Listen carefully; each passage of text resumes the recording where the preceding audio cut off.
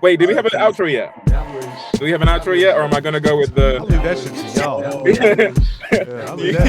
You guys fuck with that? Your time is up. That shit is crazy. You're fucking done.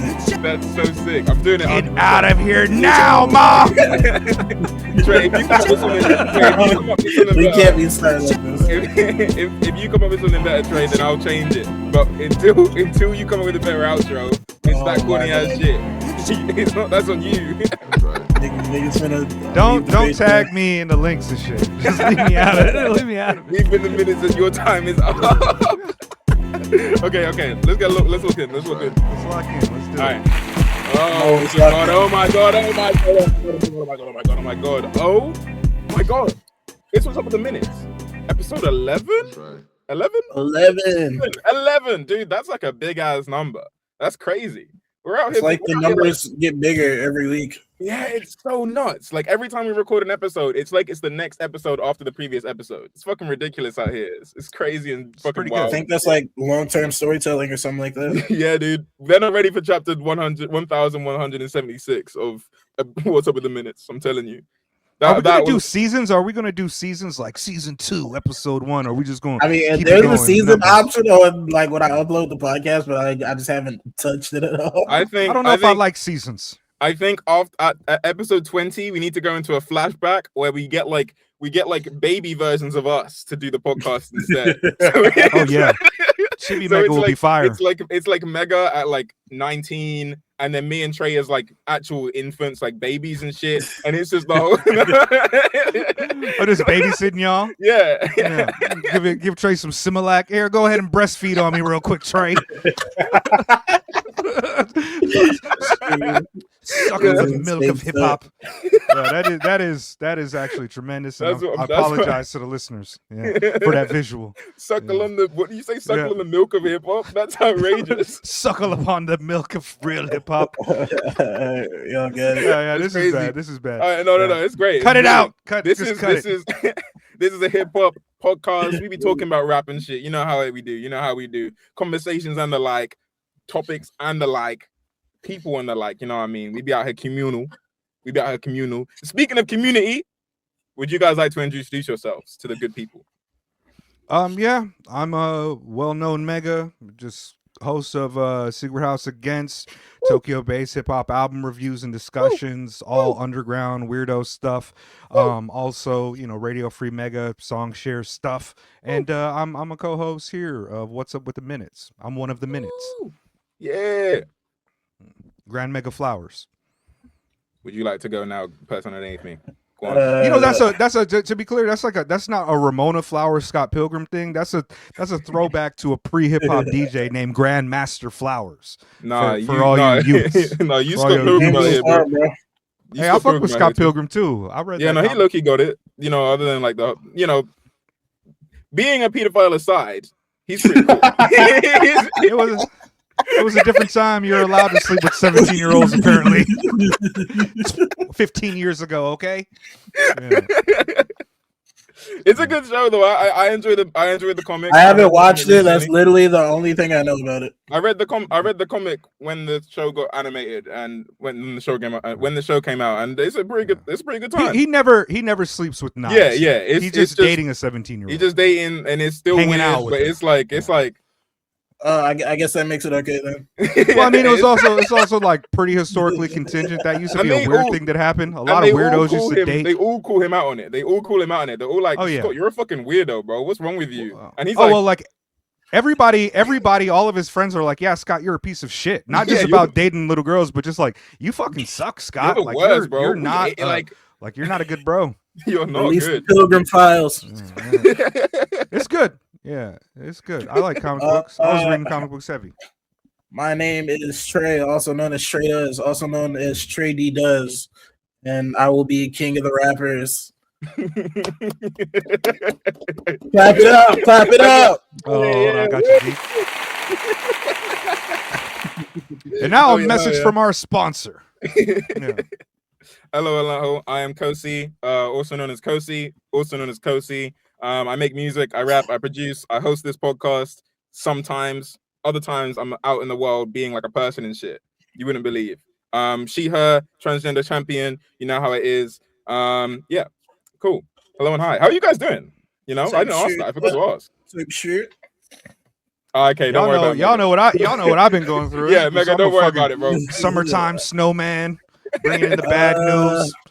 I'm but I'm good. I got blood tests. I got my blood work back today, and you healthy? Yeah. Well, yeah, like I'm not pre-diabetic or anything like that, but there was like, yo, you're approaching fatty liver. And I was like, well, I'm an alcoholic. And they were like, oh, well, that makes sense because your liver looks like it. And then they were saying that like I was like zinc deficient and I need more omega-3 fatty acids and also need more omega?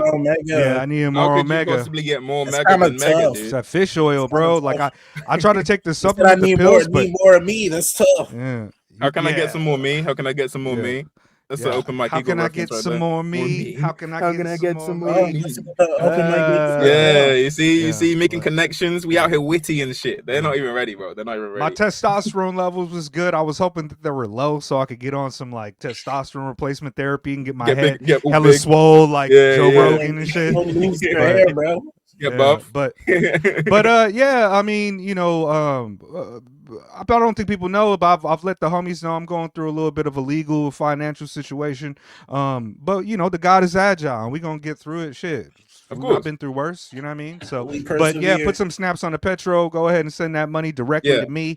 Yeah, on the you know what I mean? We need that. Can send Mega some money maybe join, give me your PayPal so I can pay you. I'm sitting on it, but yeah, I'll get it to you. Yeah, no doubt. I just, you know, like this is a labor of love, and I don't be thinking about it. Y'all keep playing. I'm gonna run off with the money.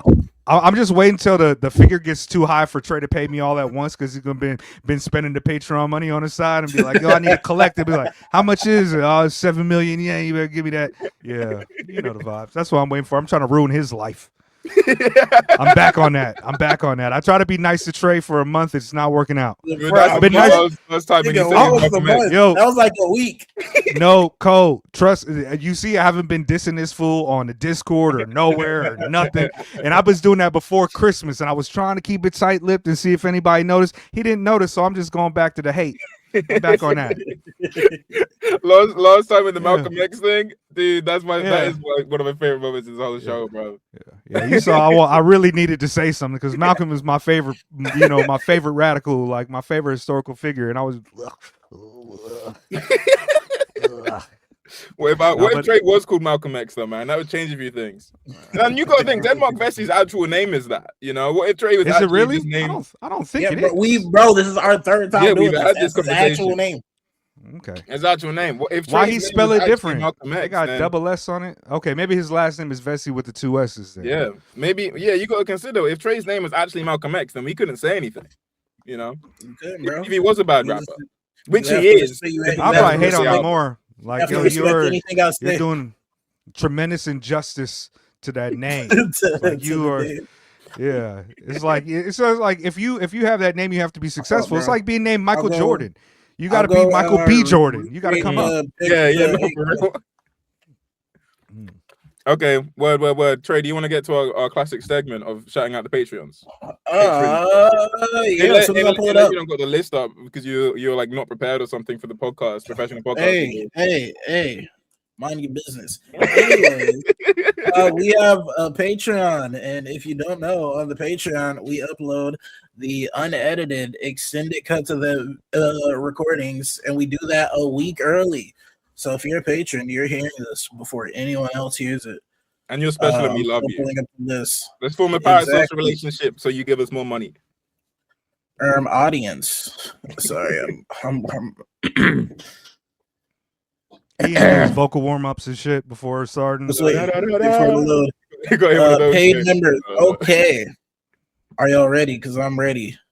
We have Rapman, Gavman, Double May, Swear, Alex, Pennington, Nago, Stilo, Outside House, Zoom, Vic, Caden, Evan, Ronald, Joy, Bleach, Alternative, Dan O of Free Music Empire, and Grand Master Flash, Mega Flowers. Yeah. Shout out Mega, man. Subscribe to the Patreon. You can fund my retwist. Join the Patreon. That's fire. That's fire. Yeah, I did. I Trey said he sent the Patreon money. I ain't seen that shit. I'm just gonna. I put didn't that out send there. it. I ain't seen that. I'm waiting for Mega. No, You I'm waiting for bitch Mega. ass bitch. Okay, word. Because I'm trying to pay for my nails. I got these shits done today, earlier on today, slow style, and I'm trying to take that Tell off Mega of my. stop holding their ransom. Trey, just change your Patreon amount on the Secret House Patreon. Just add it to that instead of that dollar shit you on. What are you talking? I don't even know what you're talking about, but yeah. You're a whatever. Patreon for Secret House, right? Just change the amount that you pay. You could pay more than $1 or $5. So whatever my monthly take is for what's up with the minutes, just add it to that, and then I'll get it every month. That's actually intelligent. Yeah. That's actually intelligent. That's what they say about me a lot of times. I'm trying to bring it I've back. heard. I have heard. Yeah, I remember that one time. Told you I'm super serious this year. I was on the street and someone came up to me and they shook me by the shoulders and they were like, "You're the what's up the minutes go?" And I was like, "Yeah." And they said, "Tell Mega he's smart for me." And I'm doing it now. Mega, you're an intelligent person. That never happened.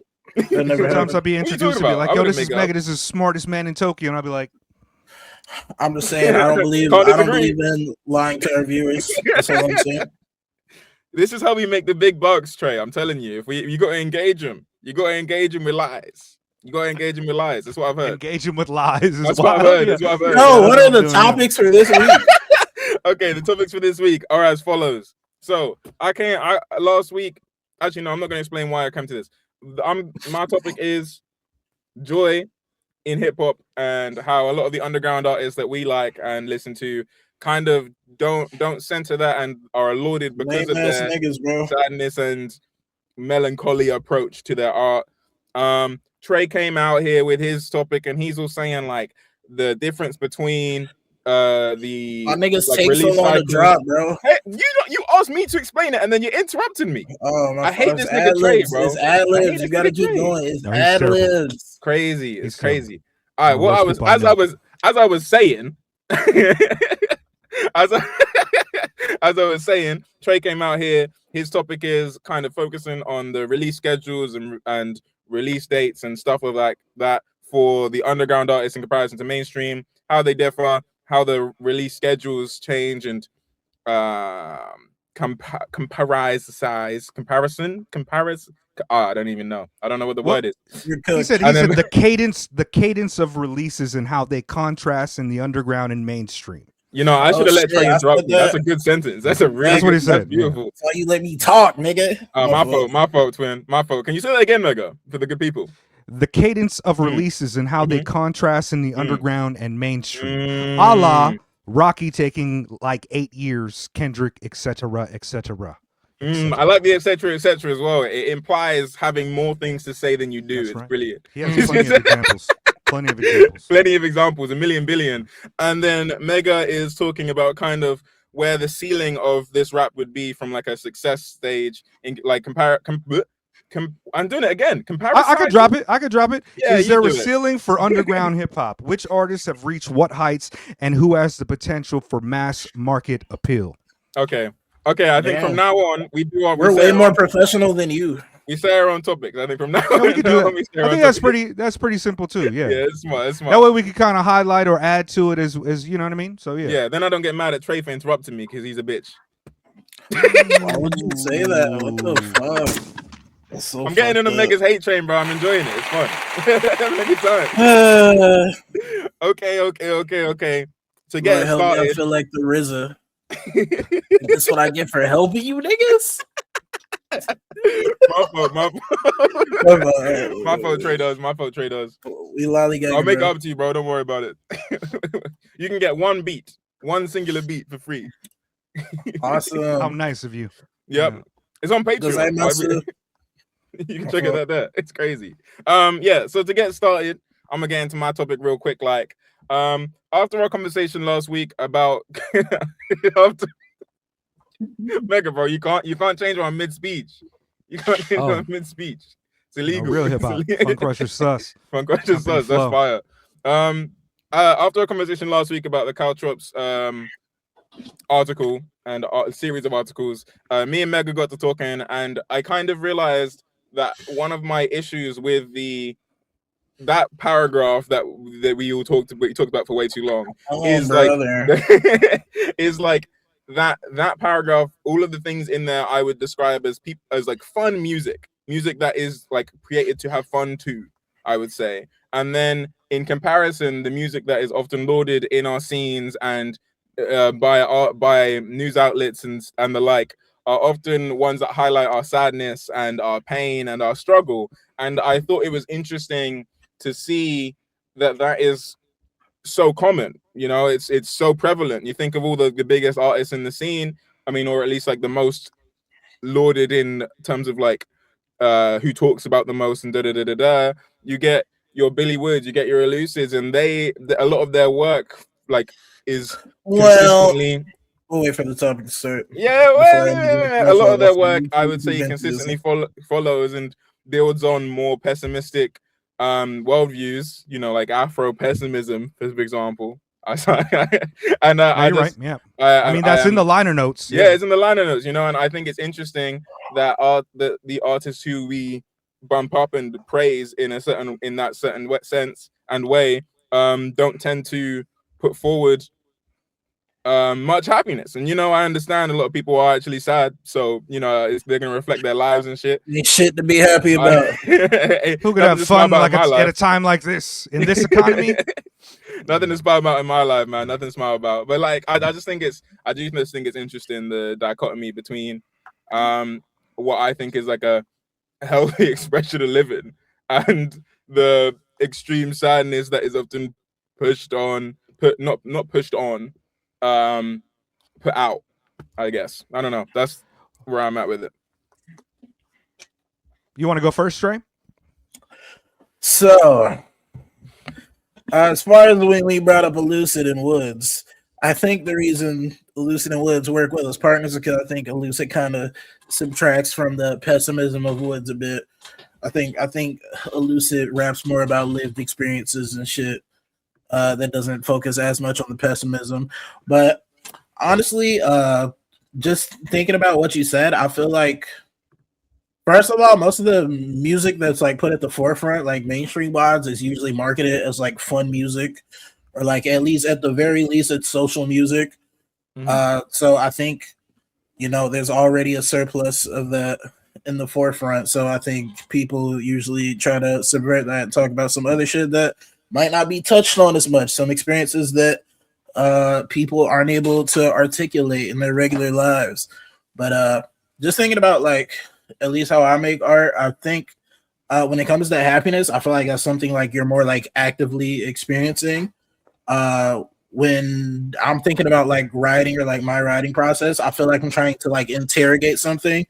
So I think those emotions, happiness and like more pessimistic concepts, exist in like different spaces, where I think happiness is like something it's there and then it's gone, you know. I don't think it's something you stew on as much. But I think there is room to appreciate that. I just think it's hard to capture that in music. There are instances where it does come across, like there are certain songs and shit where you can hear like niggas are genuinely having fun doing that. And that's usually like settings where it's like multiple people in a studio or some shit working on music. So that can also contribute to it. Like a lot of people making music in isolation. It's not as much of a activity where everyone's in the same place enjoying themselves. I don't know. Those are my initial thoughts. Yeah, I mean, I agree with you to an extent on the Elucid front, because I do definitely think he has more of a I want this change to occur mentality to his like stuff, which is obviously a more optimistic approach to the whole thing. I guess kind of that, and to the point you said at the latter part of like it's kind of more difficult to articulate happiness in an interesting way. That's actually something I completely agree with, because it's like with my own stuff, my own work, I'm the Black Joy person. I did the Black Joy thing. I still, while making the project that is explicitly about that, about Black Joy and about that happiness I was becoming into, I still talked about the shit that was ailing me. I still went into the things that were not allowing that joy to flourish, and then that became kind of the topic. Is the path to that joy was more of the topic and how I approached the topic, the conversation. So it makes sense to me to hear you articulate that. I don't know. I feel like it's not like it's bad. It's not like it's bad that pessimism is the main like elaborated on topic. Or is it? Well, you know, if I could build a little bit too. We were just talking about like black cinema and how a lot of the serious black films often have to deal with these deeper meanings in order for them to be taken serious or considered high art. When it comes to I mean, it's like interesting to take from a couple different perspectives, because I know you're asking like, where's the fun? But you know, plenty of music that's fun. Like my favorite MC is fun. Open Mike Eagle has a lot of fun things. You know, like Aesop just made a fucking song called like Rapping Road Work, where it's like almost a kid song, like build a road where there isn't a road. You know, like build a road where there isn't a road is the best bar. You know, like you listen to like what Castro does. Castro's really funny, like with the WUWTM shit.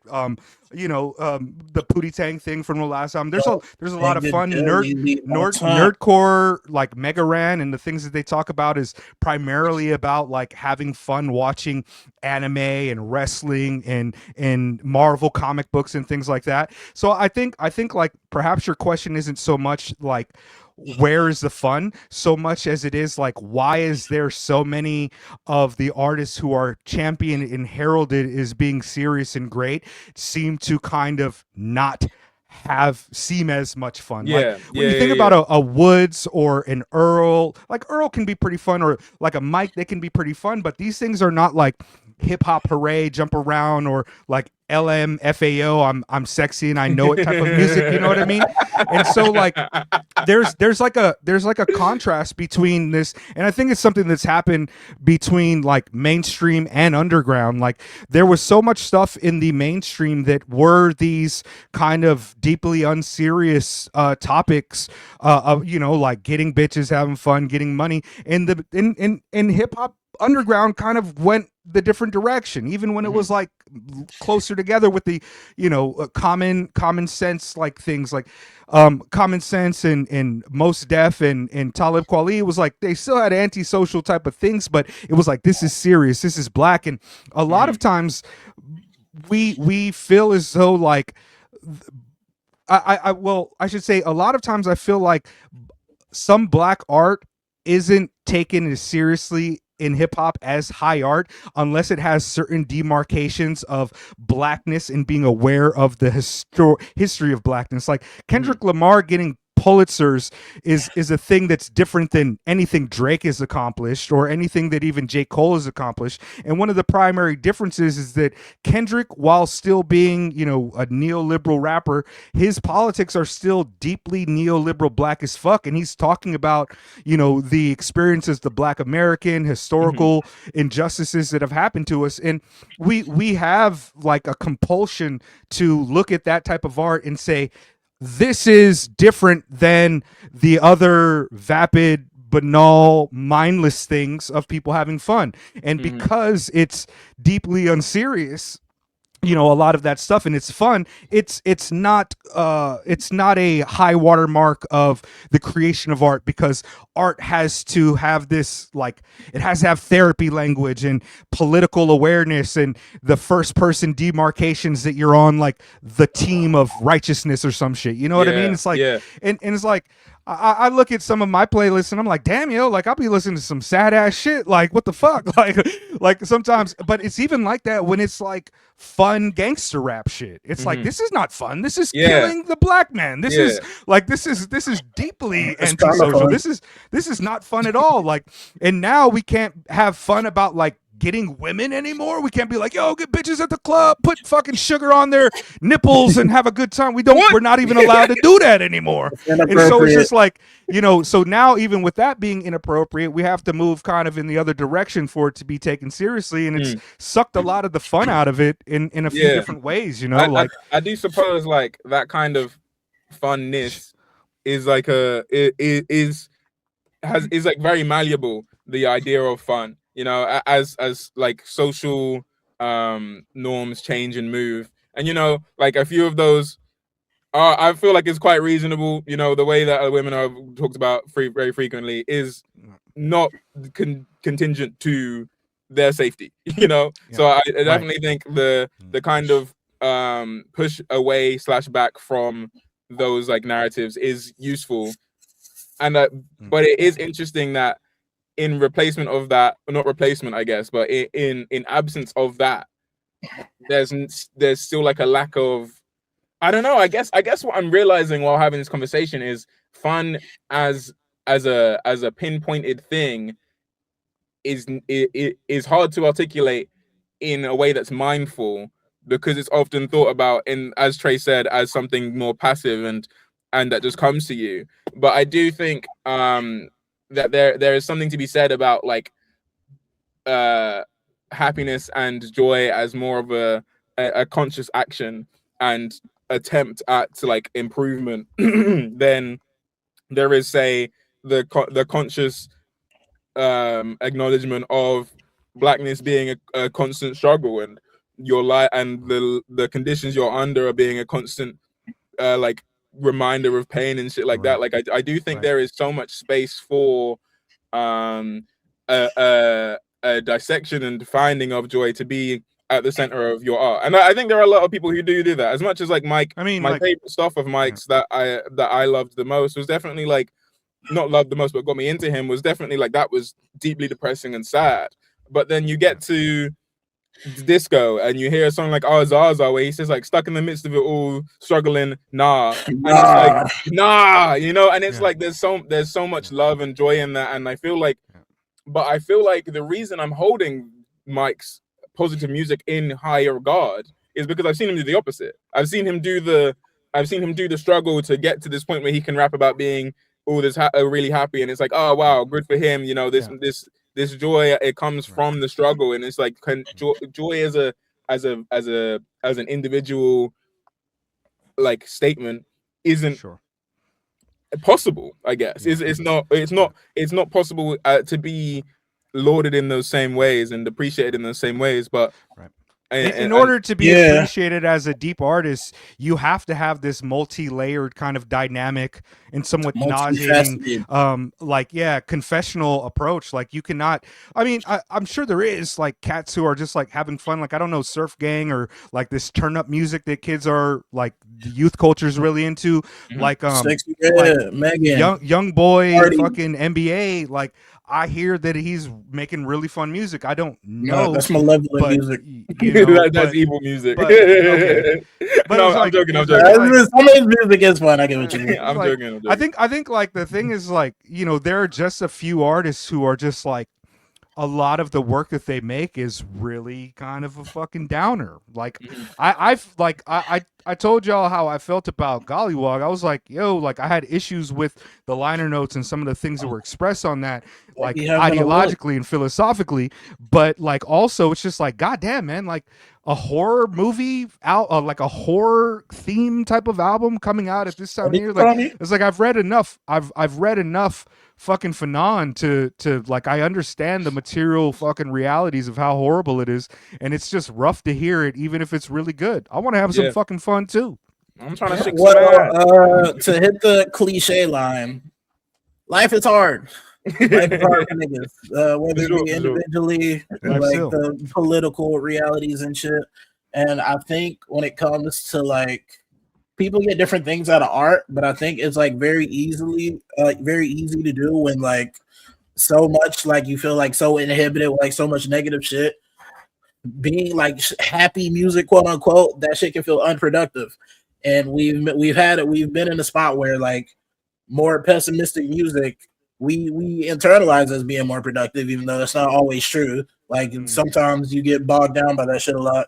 But yeah, it's hard, especially with, like I said before, on a mainstream level.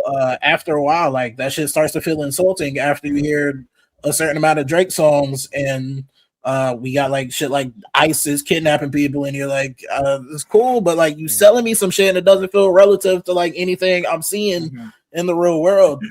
But I think it's definitely gotten to a point. That's why I do appreciate artists with like a certain amount of counterbalance.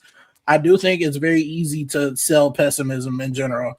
Like I think we're in a environment, just like socially in general, where like if you lean towards the most ungenerous perspective on some shit, most people agree because like niggas don't have faith in anything. There's a lot of bad faith discussions, experiences, and all that. So I think it's hard. Sorry, no. I even like just to like quickly jump in. Like there's bad faith and there's like the lack of faith discussion that I think a really important part of that. Like like it's so easy to be pessimistic in the current landscape. Sorry, go on, continue.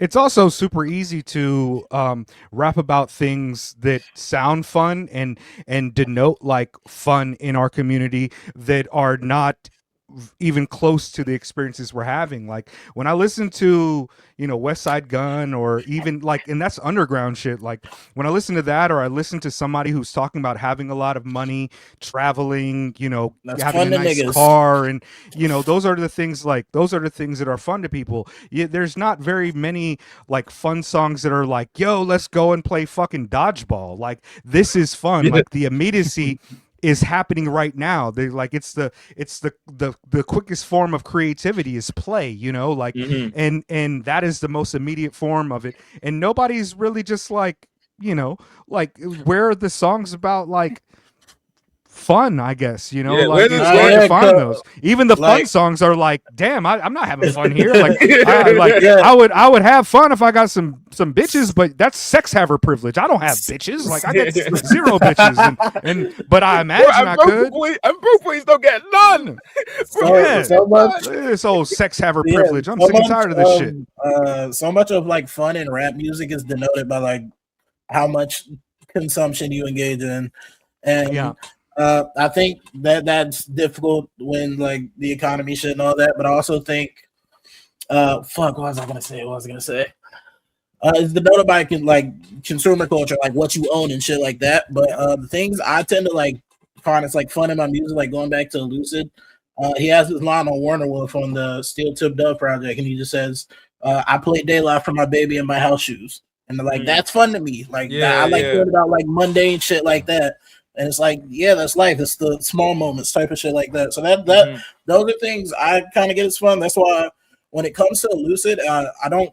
It's not like, ooh, I'm happy we're out here having fun and shit. It's like, nah, these are lived experiences. I'm sharing these experiences with people I care about and shit like that. Yeah, I guess I would say Lucid is more like, even in the abstract, I would say a more like holistic approach. Where I can feel definitely, as previously said, like when he's saying like I want a double portion of protection for me and my niggas, it's like, you know, like that's a real like, yo, we deserve this and we're gonna get it. You know, it's not like we deserve this and we're being denied it and my life is awful. It's we deserve this through our struggle and we can, and like so there's a full circle of experience in Lucid's work. You know, even in like the kind of like more goofy. I don't know if that's the right word, but like approaches to talking about like sexuality, whimsical, and stuff. Like whimsical approaches to talking about sexuality that like kind of veer on humorous. You know, he says a lot of things that I'm like that people point out a lot of times that are like deeply, I guess, quote unquote unserious, but within the context of these really serious lines. So it makes it does lead to a more holistic approach, I would say. And I do think go on, Mega.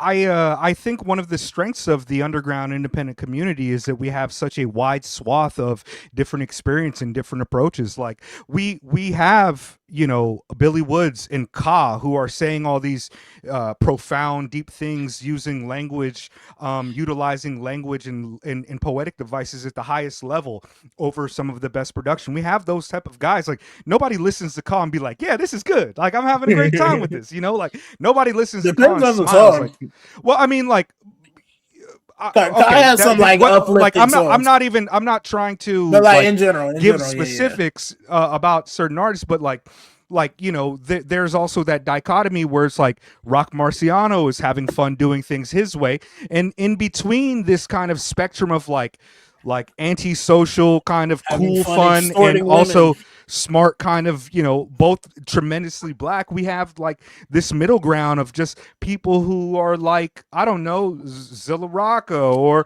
or Hester or Sun Mundi, who are making music with all types of different levels and Emotional experiences. Like yeah. they're not bogged down by having to make pop hits like a mainstream artist, or they're not bogged down by always having to be in that lane of being super serious. Like they could do whatever they want, Woods, and whoever. And I think the underground has always just been better for that. It allows more elbow room for the personal kind of approach, and it champions originality and personal experience in a way that the mainstream just doesn't necessarily allow space for, unless it's fucking beat the fuck into it by the music industry or by some subculture fucking making enough noise that somebody's like, all right, we got to figure out how to market these drill niggas. Like, you know what I mean? Like, it's like the underground has always been a safe haven for personal expression in a way that,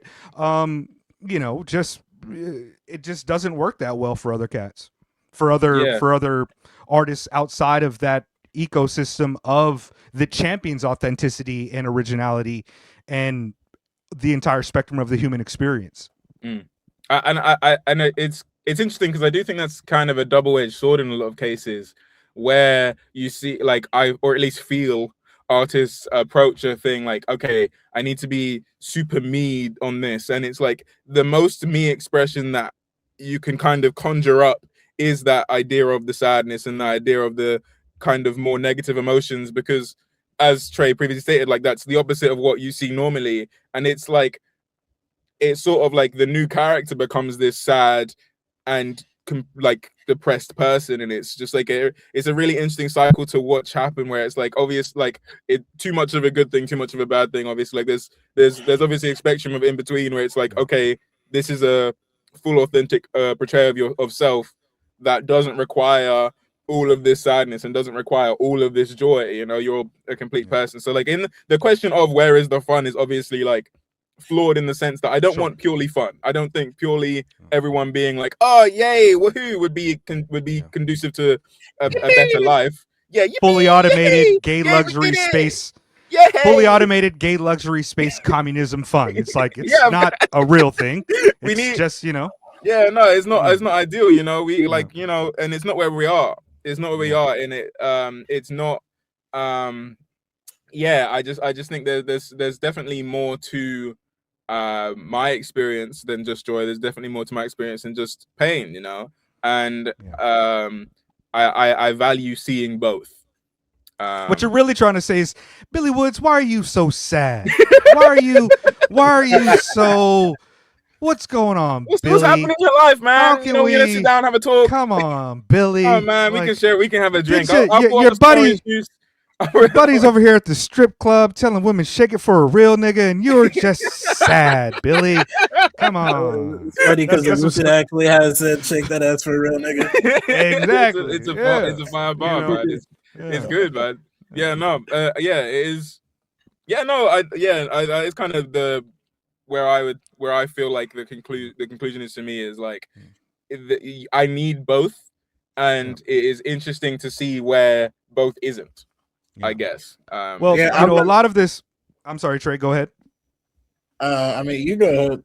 A lot of this music, its popularity and proliferation, and the reason it reaches certain audiences is because it's propelled by a majority of white listeners. And if there's one thing that I've learned is that white people are deeply interested in the struggles of blackness, and that's why Oscar bait is what it is when it comes to the black movies. And now we're coming into an era where black movies have become a little bit different, and that's good because there's more space for a guy like McKinley Dixon to perhaps break out. Unlikely in my opinion, but a lot of white folks are deeply invested in the black experience, and that's one of the reasons I think that Kendrick Lamar is so lauded, because they listen to him and like, wow, like, so this is the black experience. That's how. Not to take away anything that Kendrick's doing, but Rhapsody does. There's so many artists who are very talented to do that, who are kind of who are perhaps suppressed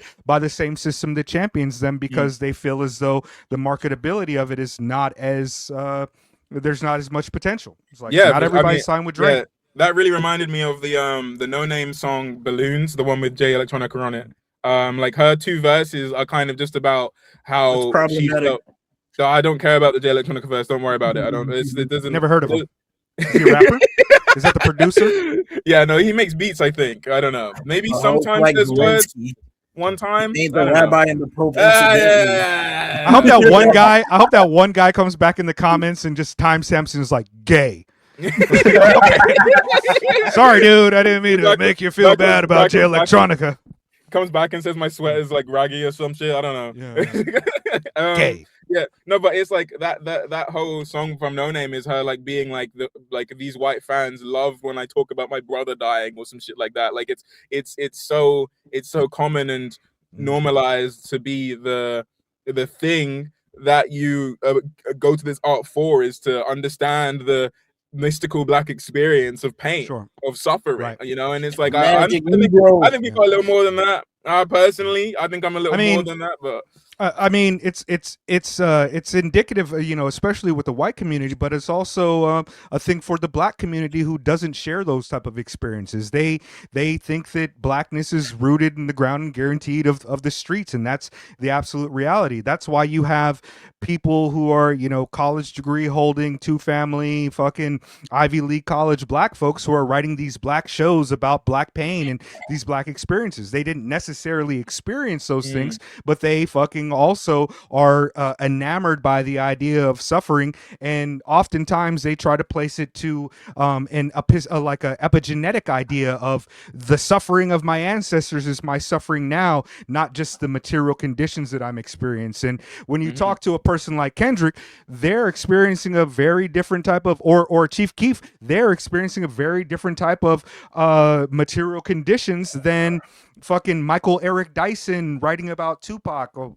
maybe that's a bad example because I don't know him, but it's a class dynamic that also functions within that, and it just happens to put that type of black person in closer proximity to the voyeuristic elements of whiteness that love to think about black pain. They both function on both on a reified idea of what race is and how it really exists. It's 2 sides of the same coin. Yeah, I mean, I like to think the best artists can express a wide range of emotions, and I think that's what sets the small fries apart from those on the next level. You feel me? But is that all it takes to rise from the slums of underground irrelevancy into hip hop superstardom? Find out next time on What's Up with the Minutes. Mega would like to see what it takes for some of our favorites, for some of the people who've been cooking for years. What is it gonna take for them to go to the next level? Yeah, you know, I've thought about this on and off for a long time, and to lay it out again, like my topic is there a ceiling for underground hip hop, and which artists have reached what heights and who has the potential for mass market appeal? It really kind of functions and centers on some of the same things we were just talking about. Again, when I'm talking about underground hip hop, I'm not talking about an artist who is making music like the 3 6 Mafia and just happens to not have made it into the mainstream market. I'm talking about the specific type of underground rap that is the spectrum of artists that we often talk about and listen to, from your Chris Cracks to your Billy Woods to Jesse the Tree, and all of these people who function from this kind of 4-element keep it real hip hop notion. Guys like Open Mike Eagle and guys like LP.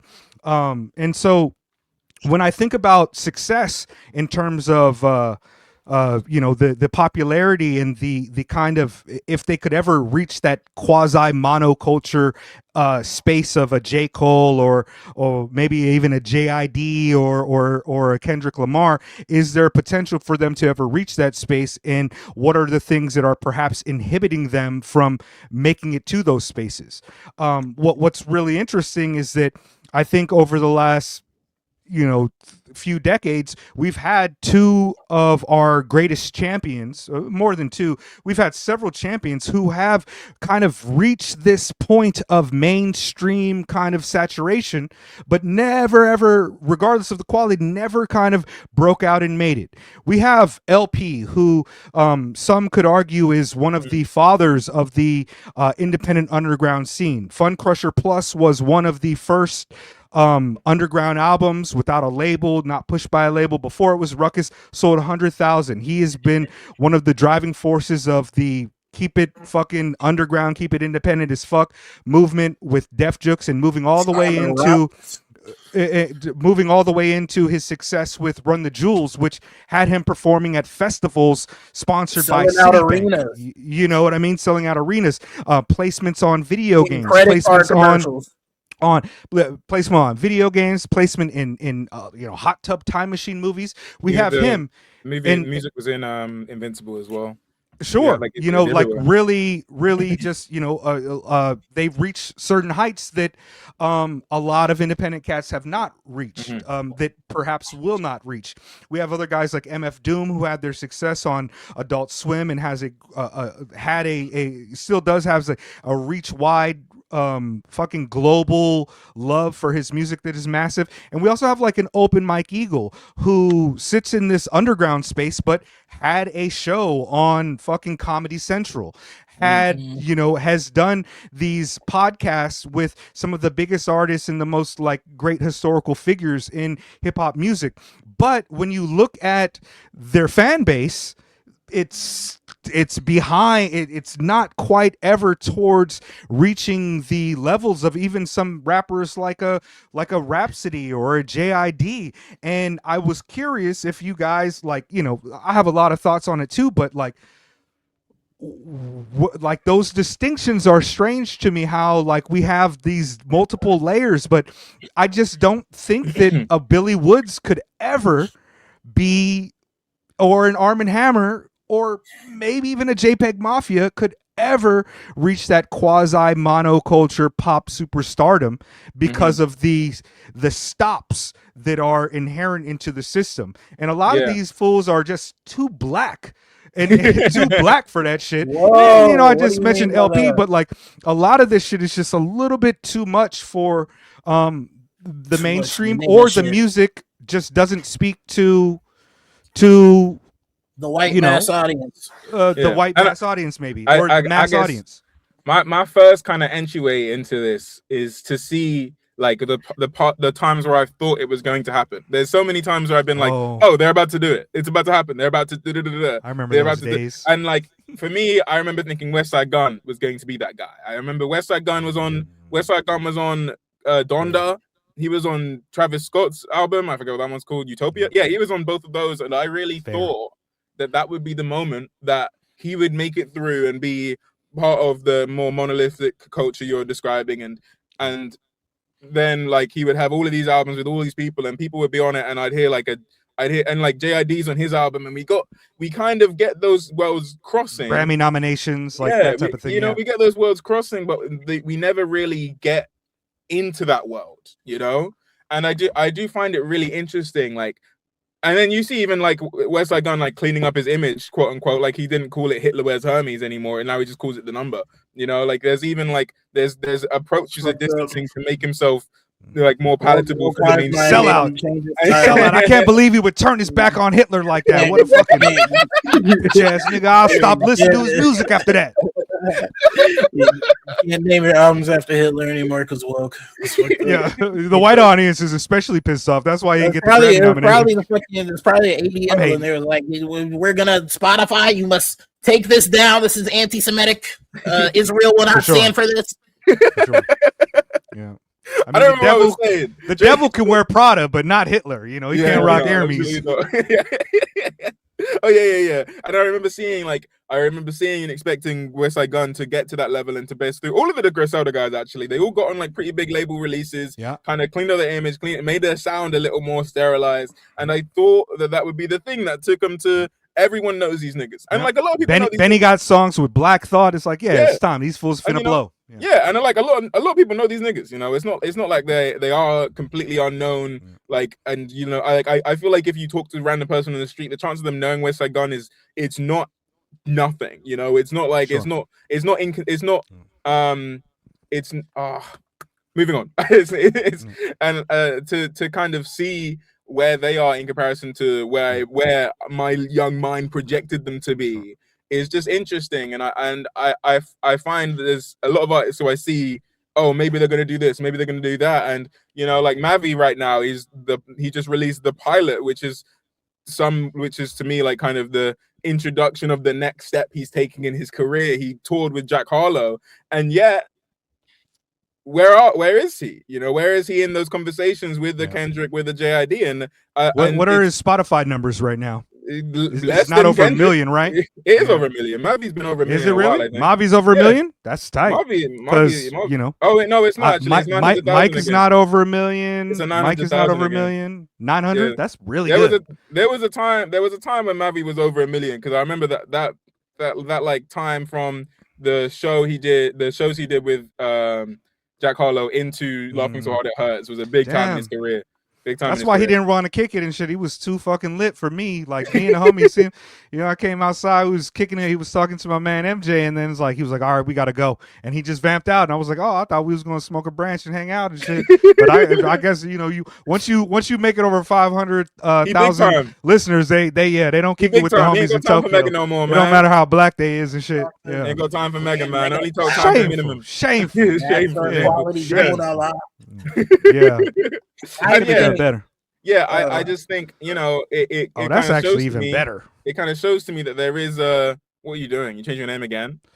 No, I would never every do time that. Every time I look up this nigga Mega as a new name.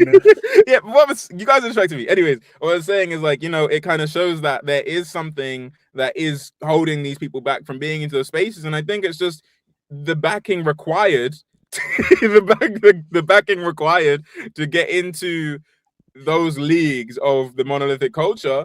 It just isn't there.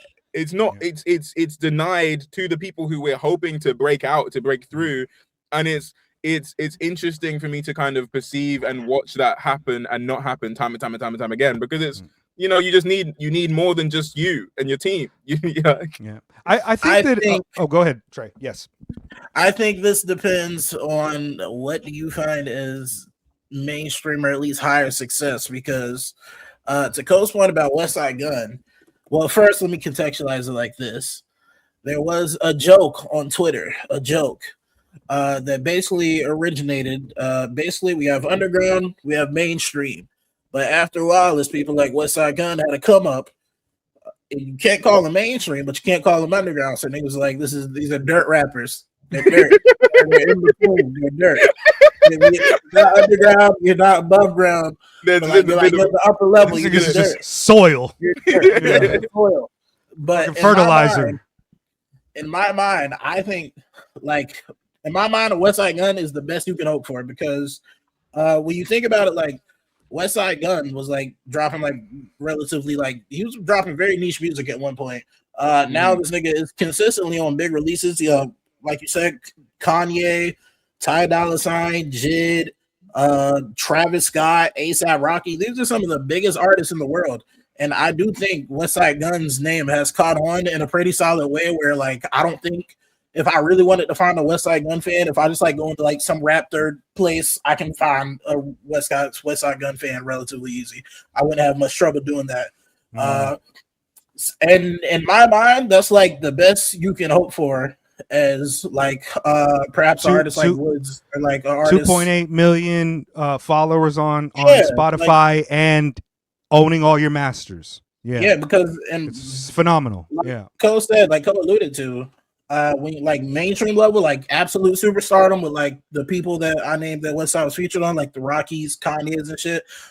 I don't think that's something you get into with hard work and determination. You, like, at some point, niggas either see the hype and they let you in, or they make a conscious effort to be like, yeah, we can put you up there because we think we can make more money off of you. So I don't know. West Side Gun is kind of like a good spot to be as an artist, and I think My bad. I keep on talking. Keep going. No, my bad. Real quick. Most artists, like Mega said, like the open mic eagles, I think if you're aspiring to be an artist, I think the best you can hope for is to be like in an open mic eagle or West Side Gun type situation where you're rubbing shoulders with like very important people. Your voice is appreciated as a creative in these higher spaces, and you can live relatively comfortably off of that.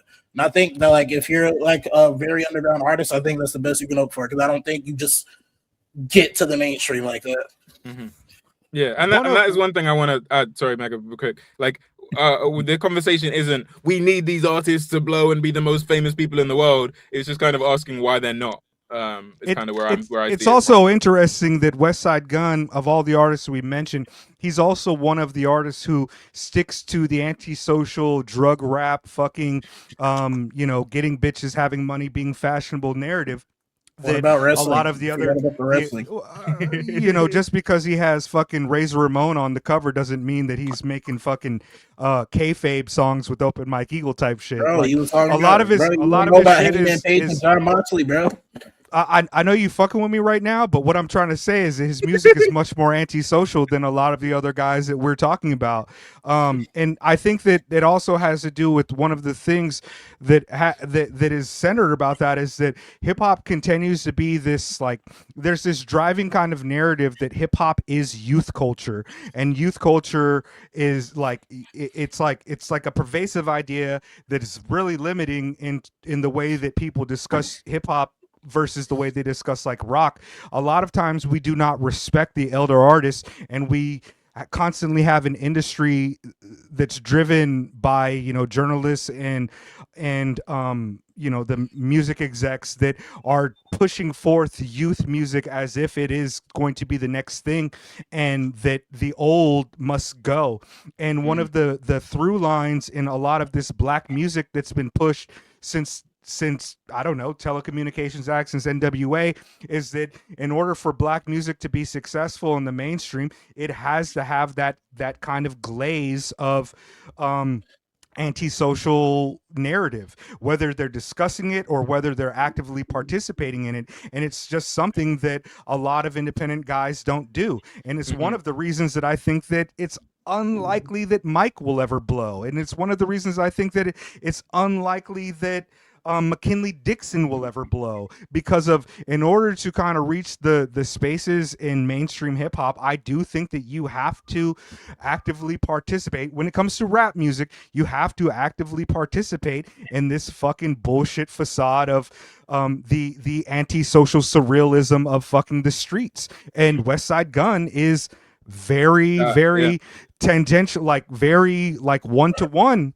with that type of thing that made the Wu-Tang Clan popular, that made Jay-Z popular, that is, like one of the reasons that he's touted is because he is not out here like McKinley Dixon talking about black women fucking books. You know what I mean? It's like, doing what? The motherfuckers don't. Shut up, Dick Dre. What did I say? Ignore me. I didn't say that. I had the exact same thought as well, but I was like, no, but you understand what I'm getting at. Like, I'm not trying to be super woke about it, but I do think that that's one of the things that prevents black art from meeting that. No, I want to hear that shit. Trey just says some dumb shit. I disagree. Oh, is it? Go on. I get Mega's point. I definitely get Mega's point.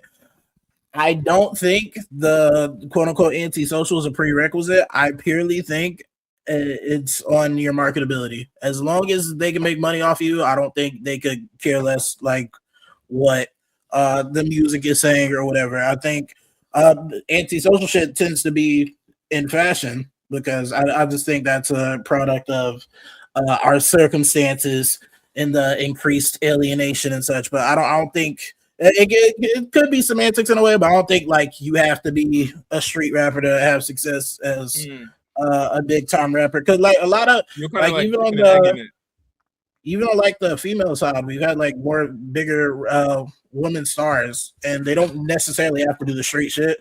I mean, there's niggas who are gonna do they're selling sex, which is, but like I don't consider that inherently bad in a way that I think that could be considered antisocial. Inherently bad. It depends. Yeah, it definitely depends how it's chose to be marketed. But I think there's more gray area there than being like shooting and killing niggas to sell drugs is blanketly bad. I think that's fair. I mean, look at Jack Harlow. He's black as fuck, and he doesn't have to rap about that shit.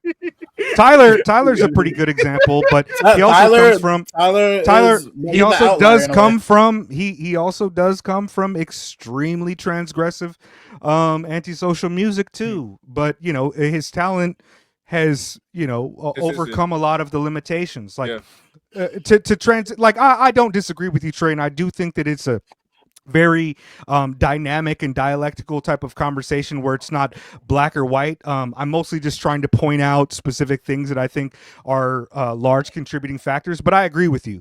I don't necessarily think that that's what has to happen, but we also just see less of it than I feel the talent has. You know, like I think that Open Mike Eagle is extremely marketable. He just, but also again, youth culture, and this nigga is 45, 46 years old. You know what I mean? So it's like you know, maybe if he, you know, made a song about being a cow and, you know, hung out in chat rooms to talk about her feet and shit. I don't fucking know. but I agree. Who do you think could make it? Like, who do you think? I mean, I kept on thinking people were going to. Okay, wait, what do you mean? Like JPEG Mafia? In terms of JPEG like, Mafia? Like have great success or like get like on the like up there? I'm talking. Like, about, are we talking like within the realm of like realism or like in a world where like your actual company flow is would get you there? I wouldn't even say that. I'm talking about. Realistic. I don't think like company flow is palatable to a bunch of people, but I think like a Makami, that's bizarre. I think there is a world where a Makami should be a superstar. That nigga is unbelievably talented. I think he can do his versatility is insane. I can see a world where like he would be up there. I get that.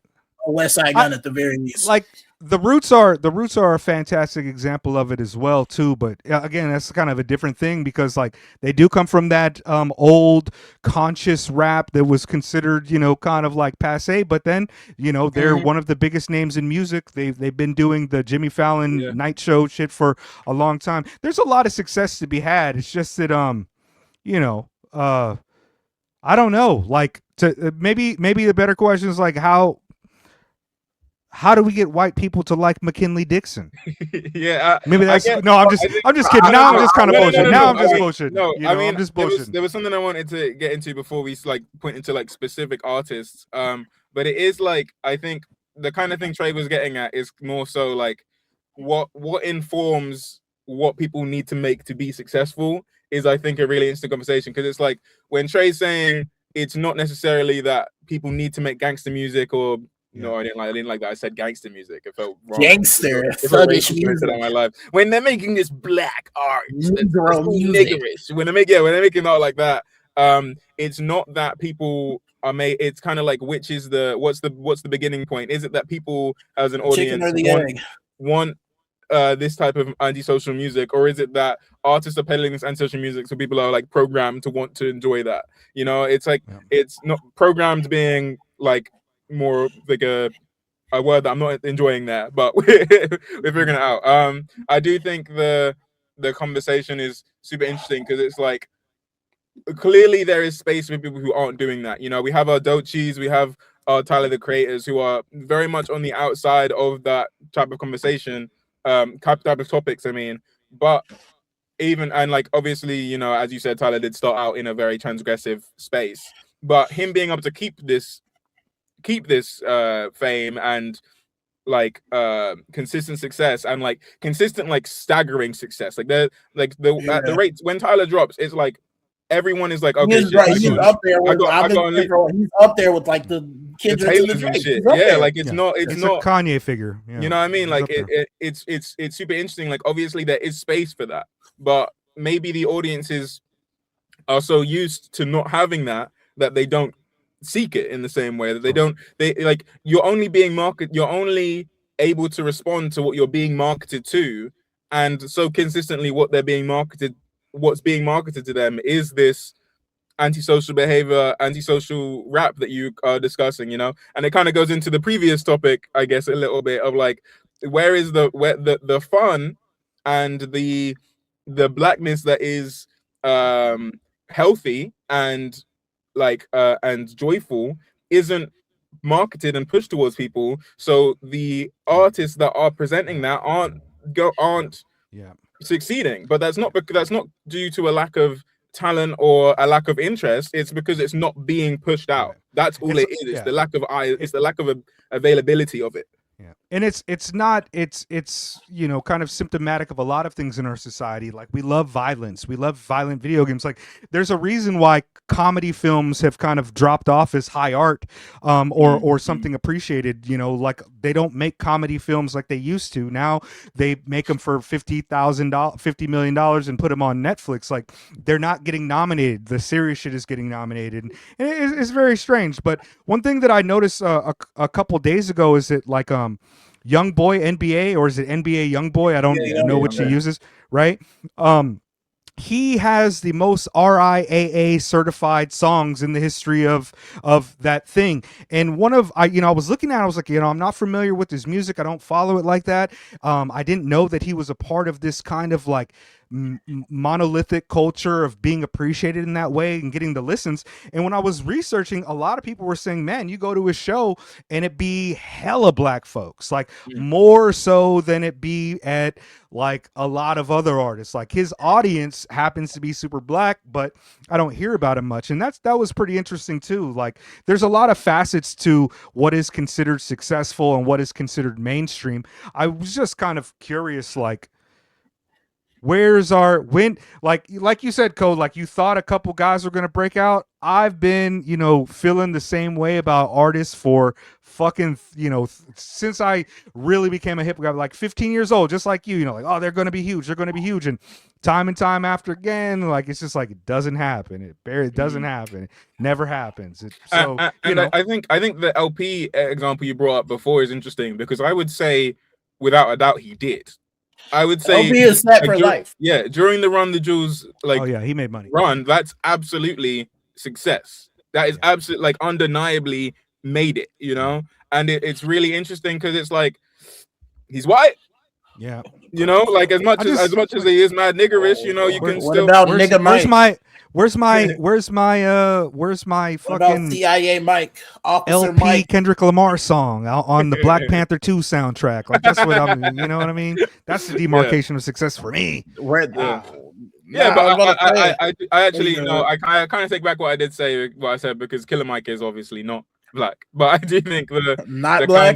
Not white. Sorry, not white. Yeah, not white. No, don't worry, Mega. We can still conversate. Would you like us? Yeah, to wait? give me just half a minute. I gotta take some. No worries. 1 minute. 1 minute. Yeah, keep going. Yeah, go on without me. Yeah. And it's like, obviously Killer Mike is black. LP is white, and I find the whiteness has to be playing at least a part in visibility, because we got Eminem and shit like that. That is undeniably a factor. Awfully hot coffee pot. Should I drop it on Donald Trump? Probably not. You know what I mean? But I do think that it's kind of undeniable that plays a factor in the success of it. The blackness, the niggas being hella black that Mega brought up earlier, I don't think is a non-point. No, yeah. Like I said, when I was alluding to the like chicken or the egg thing, kind of jokingly, but also not. I said that while you were talking, and then you said it back like I didn't say it. I'm just gonna put it out. My fault. Fuck your whole life. My fault. I'm sorry. No, continue. I'm deeply sorry. But yeah, is it that rap fans want the antisocial shit, or is the antisocial shit making the taste of the rap fans? Mm-hmm. And in a way, this is very cliche and head ass of me, but after the Kendrick and Drake beef, I did feel a like legitimate like. It could be a placebo. I did feel like a legitimate subtle shift in like what a casual rap fan was like willing to engage with. I feel like people were being like ever so more critical of what was being brought to them. And like, even like when it came to like casual settings or I'm listening to the radio and shit, I'm hearing more Jids, I'm hearing more Tylers. So part of me after that was like, okay, is it possible for the artist to make the fans want something more engaging? Yeah, I actually completely do agree with you there, because I even remember like I had like, cause I work with very regular niggas. They're annoying and I don't like them, but they are very regular and normal. So when the Drake beef was going on, I was the only person who was like already a fan of Kendrick. So I was witnessing these people's like world shatter as Kendrick just like made diss after diss that was making them genuinely like introspect and think about their relationship to Drake's music, being like nice like it's crazy, isn't it? Like I obviously I have a lot of critiques on both sides from that beef, but one of the really interesting final parts of it is we without a doubt got people to listen to the Meet the Grahams. And Meet the Grahams is saying some very, very serious, indignant shit. Yeah. You can't. You're a massive manipulator. Yeah, exactly. Like they're all sick, being like sick it, I think niggas like him should die. niggas like him should die. And it, you know, undeniably, like people who are Drake fans who were engaged in that had to toil with the placement of this person who raps about all of these things. Also, as a result of rapping about all these things, is this type of person that Kendrick is portraying, you know? And that, like, I think definitely not 100% completely shifted the entire game, but there definitely is a shift there. And I see what you're saying, Ray. I agree with you. I was basically saying, is it possible for like the artist to like genuinely like kind of change what the fans will want? Because like in the beef and like the album afterwards, part of what Kendrick was saying was like, stop letting these niggas sell you bullshit. They're selling you a lot of bullshit. And I felt a subtle, like in circles where there aren't like super like serious rap wise, I did take note of people being like, okay, I'm not like, you drop some bullshit, but it's like, it's not really up to quality. It's not really saying anything. And I felt people were being more critical of what they were being sold. Which I mean could be a fleeting thing, but like I don't know. I'm interested in if the artist could actually curate that, or if it's like something set in stone and like things outside of the music would have to change for people to want more substance out of their art at a higher level. I don't know if there's a single artist who's capable of like pulling off that type of cultural shift, at least powerful enough to cause the industry to panic and change things, or causing, you know, your street level people who are making the art to but change. real quick, it's good. Yeah, I hope it does. Yeah. Real quick, I do think the success Clip saw was kind of indicative of that. Like Clips were like they did really well last year. Like they big numbers. I mean, bro, they had very high numbers for like they had like they were selling really well. Elaborate on that though. But like they're not talking about anything super different. I agree. Like... I agree, but elaborate on that at least, because like I agree with you, because I don't think like traditional gangster rap is as substantive as like we like to think. But even like niggas like the aesthetic of engaging with something where, like, at the very least, I'm gonna break down these bars at the least. Yeah. And it did the success that Clip saw as an act that as a legacy act that is more focused on the bars and the lyrics. That did feel unusual because like and Pusha's past releases, as involved with Kanye and Pharrell as he was, I don't think he like saw like that much of a wave of success. Yeah. People took to Malice very heavy, and Malice didn't have nearly as many gimmicks as Push. Malice was literally just the lyrics, and niggas took to that heavy. So I don't know. I'm interested in where that comes from. Yeah, I actually listening perspective. I would say the bar whisperer came out in 2025. Like I do think that I completely agree with you that there was definitely like a. Oh, it's super interesting that Clips were successful, as Trey's mentioning, actually, because from what I've seen and saw, like I would not have expected Clips in the now to make the splash they did. And obviously they have that label backing. Obviously they have the legacy.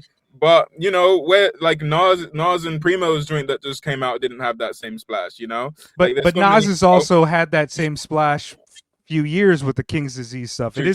It is a legacy act. We also tend to see when a legacy act comes back and they are not trash, it usually has great reception. When Tribe came back a decade ago, incredible reception. You know, it's like if they come back and they have like an ounce of that ability, like these are some of the biggest selling artists of all time. But I do think that, you know, there's probably some like some correlation to be made with people just not wanting to hear Drake say nigga no more. Like you just sometimes gotta like get more serious and take a look at yourself. And like I didn't listen to the clip shit because I just like I just don't care. I just don't care. Like I'm not saying whether it's good or bad or not, but I've never like I've listened to clips, but like you gotta remember, like back then I was just like, yo, you guys should listen to Labor Days and not fucking the Clips or Nelly. Like I was, you know, like I was really doing it. You were a nerd. Yeah, I was real hip hop. You were a I was not antisocial. They putting you in lockers and shit, taking your lunch money because you're listening to A$AP Rock. I just, you know, I thought they were good. A nigga ain't never took my lunch money. Nah, that's not true. I got punked. Like I didn't learn how to fight until I got into like ninth grade. But, no, I mean, you got bullied. You got bullied. My bad for growing up in fucking Inglewood, California in the 90s and shit. You didn't. It's a mixed kid. My hair wasn't kinky enough. Sorry, Pusha T. Just get punked. No, but you know what I mean? Like it's like I mean, sure, there's a lot of reasons the clips were successful. And probably a bit of what Trey had to say, and probably a bit of you know, a couple other reasons. All I know is that I'm off that. Yeah, like in RMPP, we were having this chat the other day where just we have a few label heads in there, and they're like talking about like how you can make your music more successful and like these little algorithm tricks.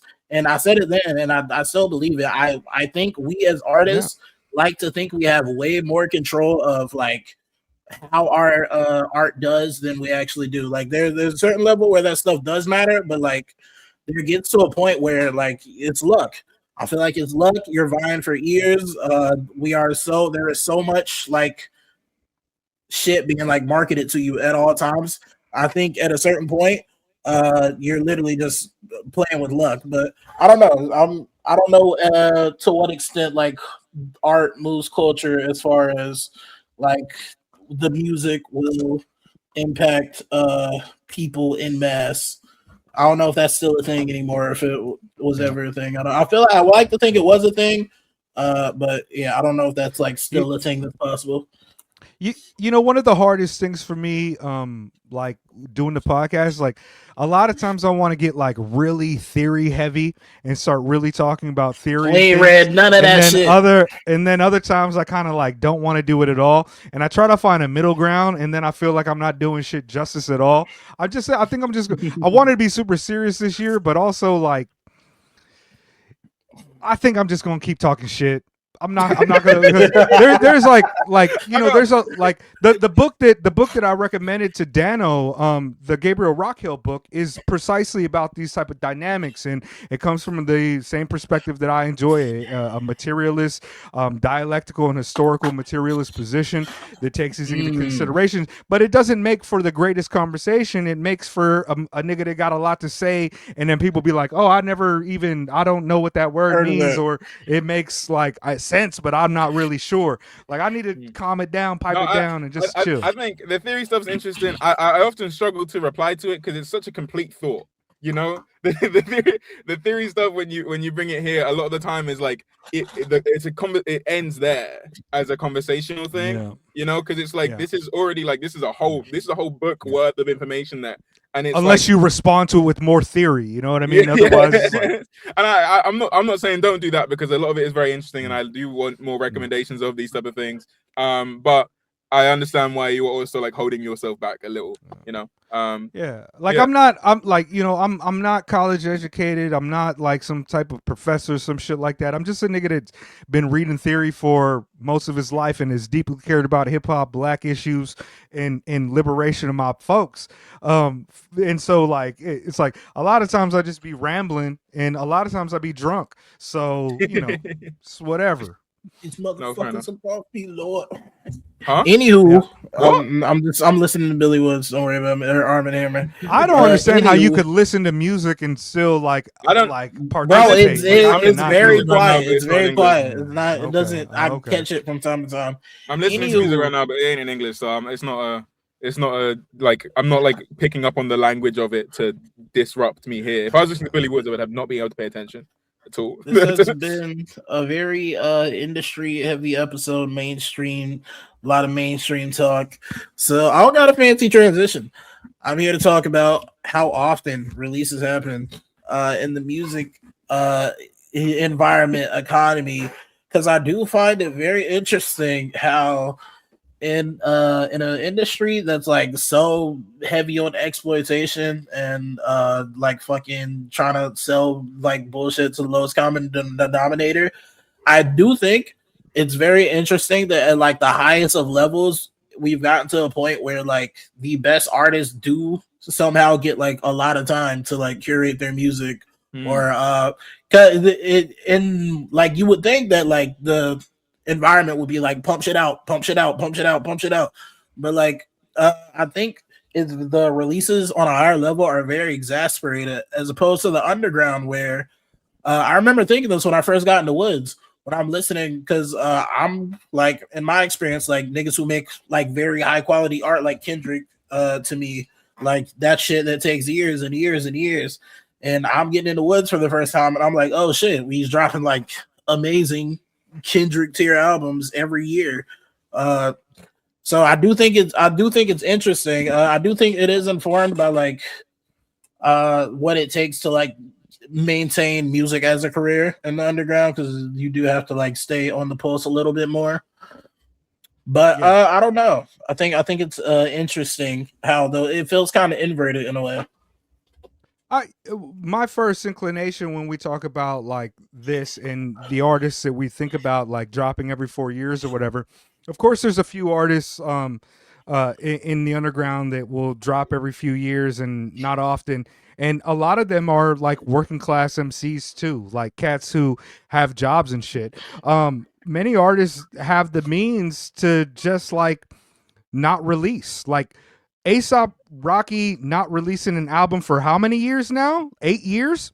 Mm-hmm. This nigga is literally married to a billionaire, bro. Like he don't got to fucking like the art is art is passionate for him, but he really doesn't have to do that shit. And the same thing with like with Kendrick, like the longer he waits for these things, like he's able to let it cook. He's able to release an album, do a nationwide tour, do a world tour, do another tour, and make more money than Billy Woods will ever make in his entire life and shit. Like one of the reasons that I think that independent artists are so, and not just independent artists, but the way that social media influencers and YouTube channels and all of these people who are Googling SEO and how to figure out how to manipulate the algorithm, one of the reasons that they push that shit is the same reason that McDonald's used to have commercials a lot. Once you get the idea in the mind a lot, people push the fucking button for that peanut to come out. And so if you're an artist nowadays, you have to function as if you're a rapper in an independent space, you have to function as a brand ambassador, a marketing team, a creative director, and also like the person who's fucking doing the labor and making the art.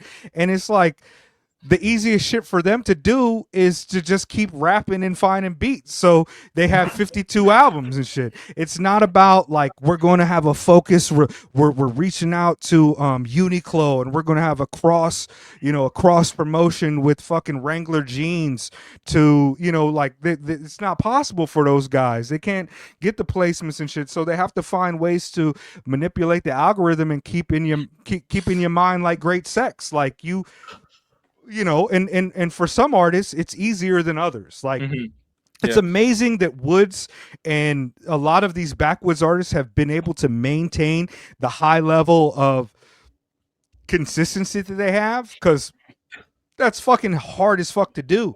But like you have other artists like not to shit on Tetsuo or anything, but Tetsuo probably drops once a month. He's one of my favorite artists. His style is very much not going to be one that breaks into the mainstream space, but he releases once a month. And, talking to him, it's not him trying to keep into the algorithm. That's his creative approach. But with a lot of guys, I imagine, your Vic Spencers, your Chris Cracks, it's like, yeah, my album, I made it, I dropped it, I made X amount of money off of it, my collabs, I paid for that, I made a little bit rent on it, you know what I mean? I'm doing my little side hustles too, but now it's time to make another. I'll get another little 3-6 grand off of it and keep it moving. Like, I think that there's like, Open Mike Eagle's successful, but I think there's also a reason that he fucking streams every day too. He gotta make that money. Whereas this nigga A$AP Rocky is married to or with Rihanna. She is a literal billionaire, bro. Like that shit, like you don't have to release an album. If you're Tyler, even like every 2 years, 3 years, you don't have to release music. And I think that one of the reasons, like, you have artists like Ghostface who release every few years, like every year or so too, is that they're working on the old style of being in the music industry. They're label guys at heart. And so they do it like a label style thing. I'm going to get with this person. I'm going to have my manager do this and that, pay this and that. We're going to go on tour with the Wu-Tang Clan, do this and that. They have a different idea and they function differently based upon,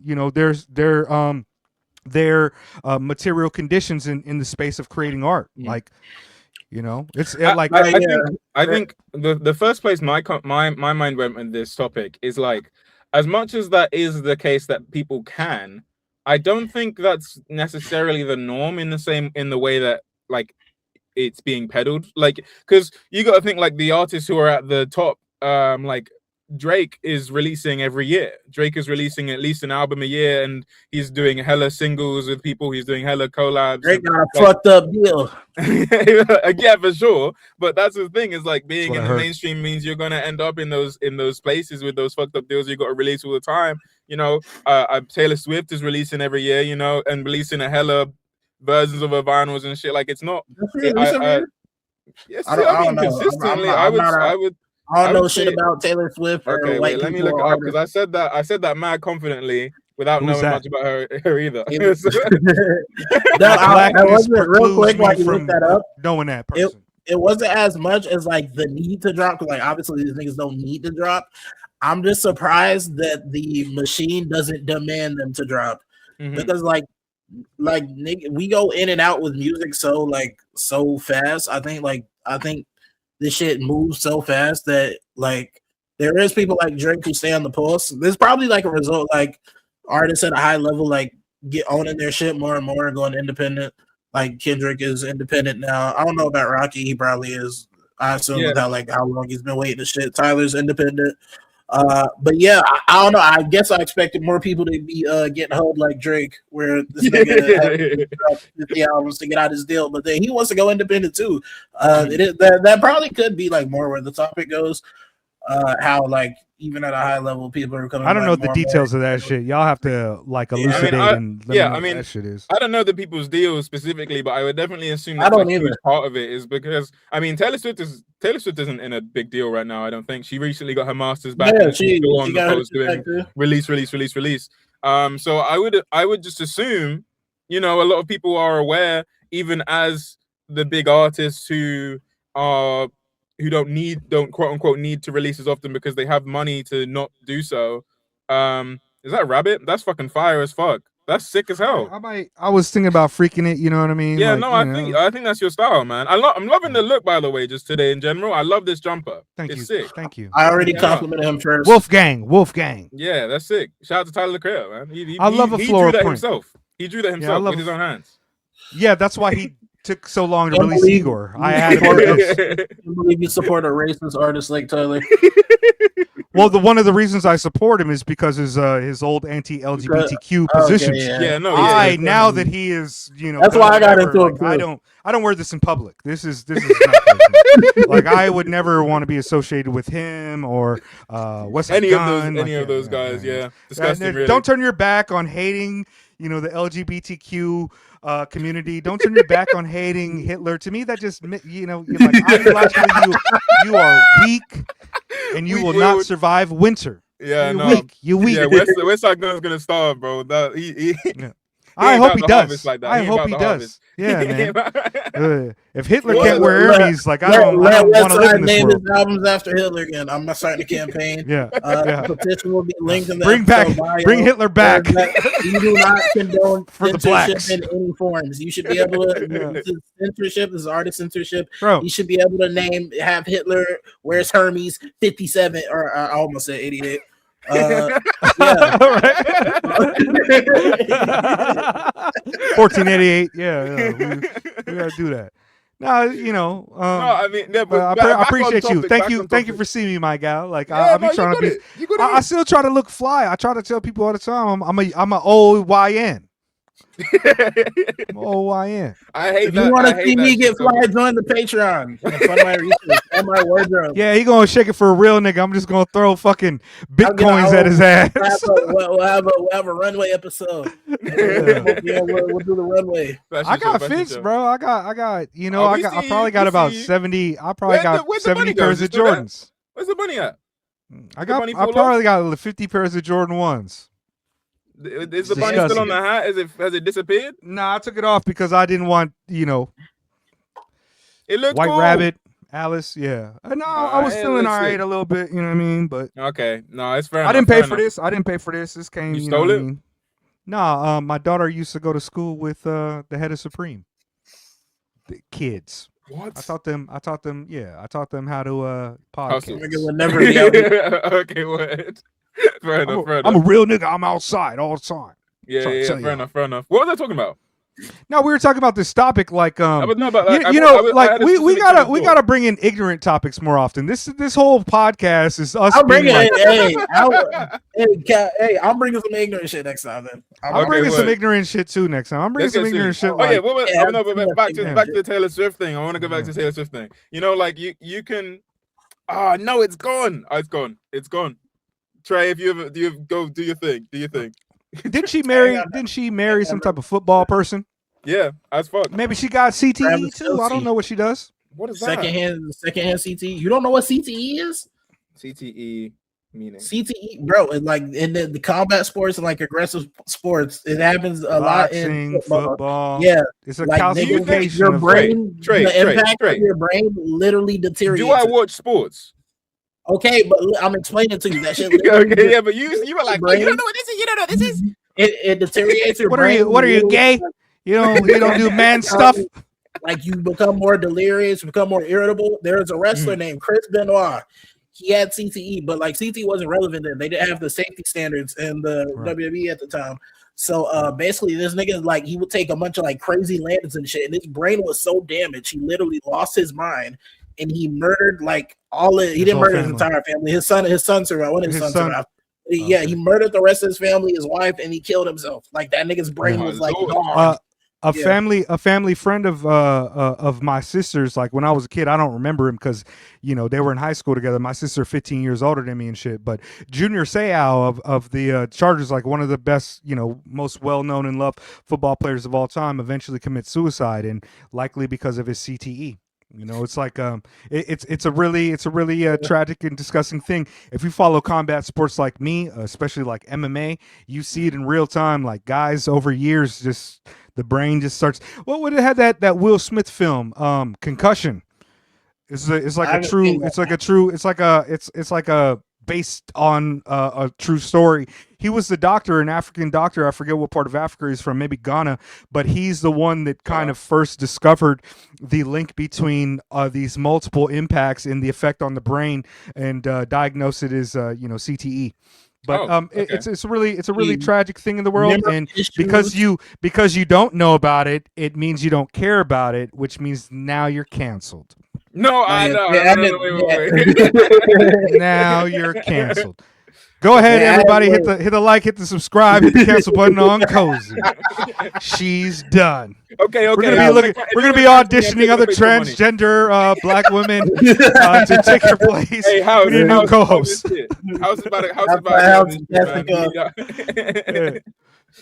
It's a whole thing. If we go on a tangent, I feel like we could just we've closing it started out. letting go of our third topics. We get to them and we start and we just be like, oh, you go off the rail. We got to get more ignorant in the future. I feel like we should have like one serious topic, one I'll be getting ignorant ignorant topic. and niggas give me the death stare. I just don't have like I'm having a hard time coming up with anything that I feel like is like worth talking about. I'm not a type of person that has like hot takes. I'm not a hot take person. Mhm. Do I have to like reach out to Fick and be like, give me a hot take so I can do a hot take? Like I'm not a hot take person.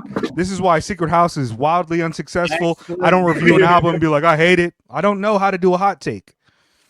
What we need, Teach me, Trey. We need to start being we need to start marketing aggressively to people who like are hateful. We're gonna become a reactionary podcast. See, that's exactly what I'm saying, Trey. That's Okay. exactly what I'm saying. My next topic. You stupid if you like God. Raps. Why you stupid if you like God? Yeah. You know what I mean? Like, yo, yeah. I have my topic. I have my topic. Feel me? I'm You feel me, Cole? That's hot. Let me know That's if fine. let me know if this is ignorant enough. Let me know if this is ignorant enough. Go, Trey. Black people should not protest against ICE because that's not our fight. Not our fight. It has nothing to do with it. Has nothing to do with us. It's not our fight. Don't go out. Don't take your ass out. All right. I've got to leave. I'm taking off right now. Actually, that made you say that. I saw the exact tweet, and there's like Black Panthers in the street being like, these are CIA. All jokes aside, I'm convinced that like these niggas are like CIA. I mean, that Desi Banks comedy nigga. Y'all probably don't know him, but like he's marketed comedy guy. He's marketed like real normal black folk. That nigga is fucking working with like Mossad to like fund like Mossad ads and shit. It's like it's the most bizarre shit. I think a lot more black people are CIA than we get credit for, but like a lot of than we get credit for. No, I believe that. I believe that. A lot of like black Dr. people Umar. A lot of black people in the entertainment sphere, like black people's appeal is like, oh, it's authenticity, it's authentic and shit. I think a lot of these niggas are paid off in certain directions, and they be saying real ignorant shit. And I don't think that they got to be CIA. I think ideologically black people find themselves in that position a lot of times, and they agree with that shit too. But I feel you. You're right. That's a crazy. That's a crazy take about ICE, but also like that's not. Yeah, I do not condone that. No, it's a funny take that will come from a real reactionary nigga. Like it's a funny take come from a reactionary, but it's also a conversation to have. You know, like we just got tied to hip hop. Like who? All right, here's my topic next week. Who should ICE? What rapper should be deported by ICE? We already got the Fugees out of here. Wyclef, Pras, get these niggas out of here, man. They refugees. It's in the name. Get them the fuck out of here. Who else can we get out of here at this point? We got MF Doom out of here. We sent his ass back to the UK. He wasn't a real New York nigga. We got to get some of these. You know what I mean? Yeah, we're gonna get some of these. We're gonna get some of these rappers out of here. We're gonna ice them up. 21 Savage back in the month. What's that? I used to like me. You read that? No, it's blurred out. Well, I couldn't read it. It says so loud. Who was that? Okay. Who was saying that? That's my mom. Oh, she hating. Look how big your house is, though. How can she even hear you? Where's she at? That's what I'm saying, bro. Oh, the problem is the acoustics. They got good acoustics in there for the piano and shit. Tell your mom I said I'm sorry. Yeah, tell your mom I said I'm sorry. Megan said, what is the recommendations this week? What do we got? I personally, I'm getting back in my Afro jazz bag. I'm getting heavy back in that. Like I'm always on my shit. And personally, this week I would like to recommend. Let me see. What album am I looking at? Give me a sec. I'm just looking for a name of it. Man No Die by Bola Johnson. That's good music right there. That's my album I'm recommending. It's been what I did like earlier in the year, not this year, a few years ago now. A few years ago now, I made a playlist where I basically just like took all of the individual songs of Afro jazz and stuff that I've been listening to for years, and I put those in one playlist, and I've been slowly working through the albums individually. And that is one of the albums I've been obsessed with recently. Very, very serious. Very, very serious music. And by serious, I mean joyful. That's the thing I'm saying is like the that's interesting to me actually. If we go back to our previous topic, is like I think a lot of the Afro jazz is more in that area of like profound happiness, which I think is interesting in comparison to like the prevailing African American experience of like complete pessimism. You see the I feel that. comparisons and the like. I guess. Shut up, Trey. Trey think he hard as fuck because he went to Waffle House at night. He showed up at night. I told you he only go there at fucking 11 a.m. I don't associate with those thugs at that time of night. Yeah, I know. Yeah, you only go there for the secret Negro CIA meetings and shit. Give a nigga free chicken. Talking point for the money. He walks up to them like, "Yo, I know you want this watermelon though, bro. They hand him a greasy ass Manila envelope with all types of fucking hash brown grease on it and shit, and this thing just pocket it. Trey is psyop, bro. That's what we're learning right now. Trey does his experiment by the government. That's fire. My recommendation, I don't really think too much about these, but recently I've been watching a lot of Japanese cinema. I know y'all ain't necessarily big movie cats, but I watched Kids Return by Takashi Kitano, which was like released in 1996. It was it was released in like 96, and it's just like a really interesting coming of age tale about two kind of antisocial thug life Japanese boys who go different directions as they drop out of high school, and it's just really well shot and kind of melancholy and kind of quiet, which is a lot of Japanese cinema for back then is like known for, but it's well put together. It's a good watch, and I recommend that. And also, I've been reading Black Shirts and Reds by Michael Parenti again, just so I can hit myself back up to some Marxist information about fascism and how it very quickly emerges under capitalism as a function of capitalism. So read theory, do the knowledge, watch Japanese cinema. Tell your girl I said what's up.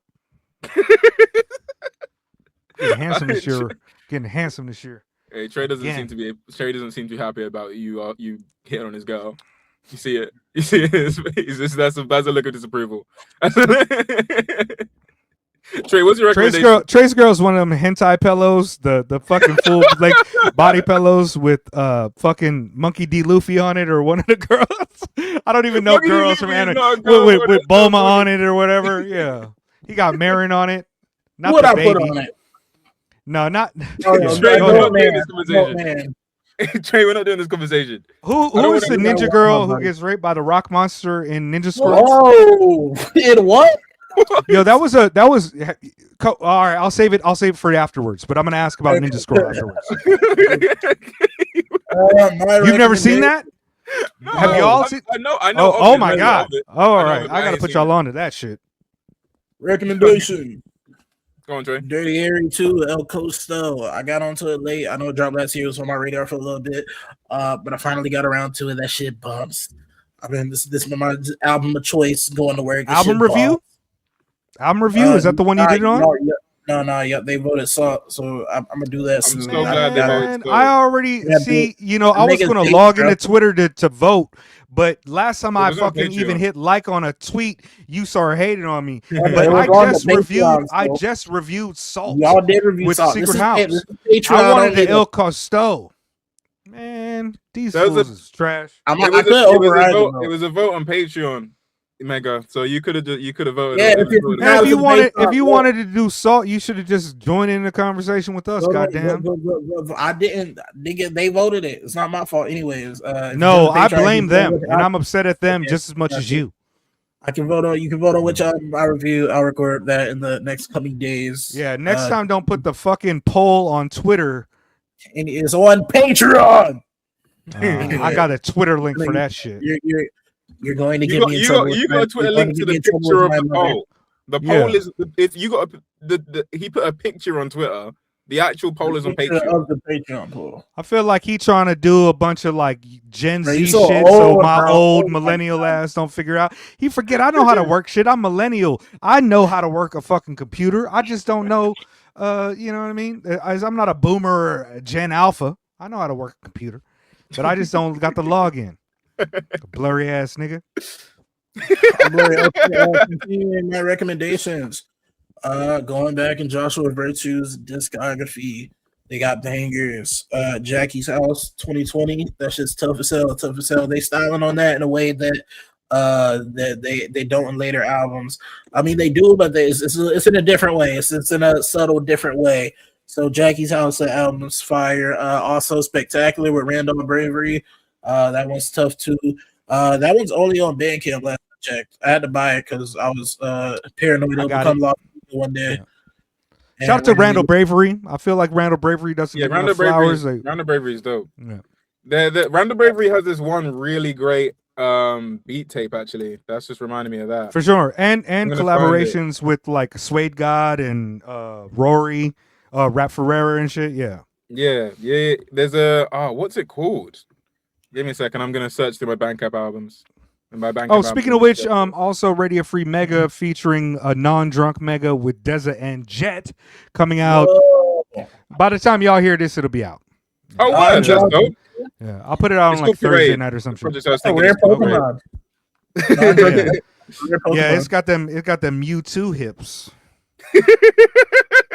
That's why I have a Mewtwo body. That's the one. That's your one. All right, word. Do we want? I'm just trying to connect with the youth. I thought y'all was into Pokemon and shit. I don't even know that. Yeah, I mean, I like Pokemon. I was big on Pokemon when my brother got big into Pokemon, and then as a result, I was like, I need to connect with my brother more. So then I got mad into Pokemon. So I'd say like teen years. I knew a few. What fuck you know about Arceus, Trey?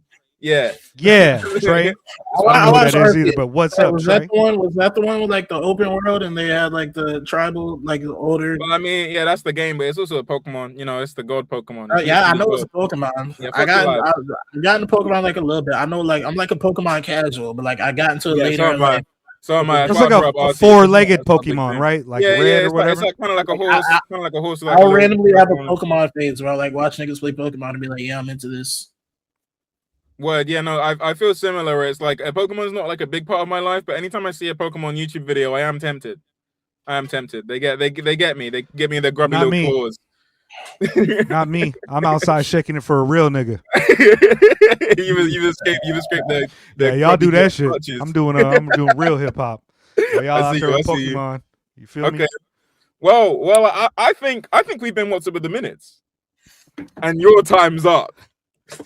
I'm not even going to do the boo. I'm not going to do the applause. I'm not going to do anything. Just sit with it, Trey.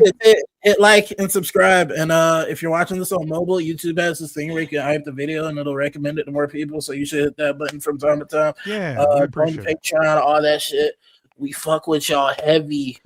Yo.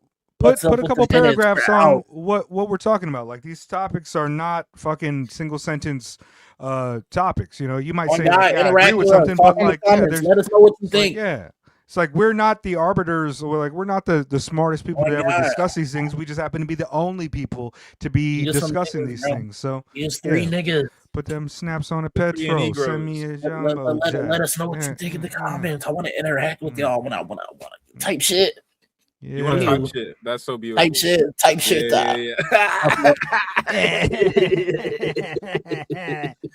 I don't know what I was doing. This is the most light skin outro of all time. Oh my god.